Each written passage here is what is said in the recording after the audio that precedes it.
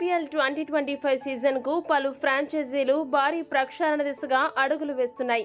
ఇప్పటికే పాంటింగ్ను కోచ్గా తప్పించి ఢిల్లీ ఈ ప్రక్షాళనకు ముందుగా శ్రీకారం చుట్టింది.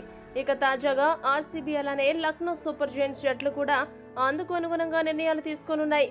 ప్రస్తుత RCB captain Faf du Plessis కు వయసు మీద పడుతుంది. 40 ఏళ్లకు చేరువవుతున్న డు ప్లెసిస్ ఎక్కువ కాలం జట్టులో కొనసాగలేడు. దీనికి తోడు కెప్టెన్సీ బాధ్యతలు తీసుకున్నప్పటి నుండి డు ప్లెసిస్ బ్యాటింగ్ పూర్తిగా గాడి తప్పింది. దీర్ఘకాలిక ప్రయోజనాల దృష్ట్యా కొత్త కెప్టెన్ ను ఆర్సీబీ ఫ్రాంచైజీ వెతుకుతున్నట్టు సమాచారం.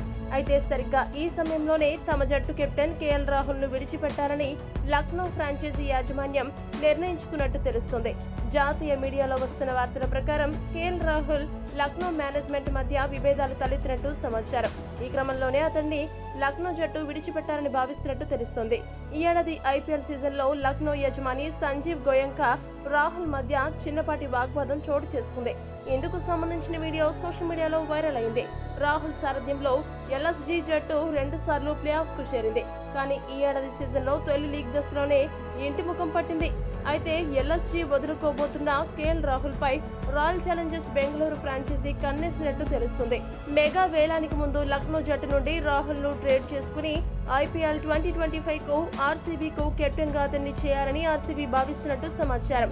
ఇక్కడ గమనించవలసిన విషయం ఏంటంటే కేఎల్ రాహుల్ తన ఐపీఎల్ కెరీర్ ను ఆర్సీబీ ఫ్రాంచైజీతోనే ప్రారంభించాడు. ఆర్సీబీ కొత్త కెప్టెన్ గా కేఎల్ రాహుల్ ఉండడం ఆ జట్టుకు లాభమా నష్టమా? మీ అభిప్రాయాన్ని కామెంట్ సెక్షన్ లో కామెంట్ చేయండి. మరిన్ని స్పోర్ట్స్ అప్డేట్స్ కోసం మా ఛానల్ ను సబ్స్క్రైబ్ చేసుకోండి.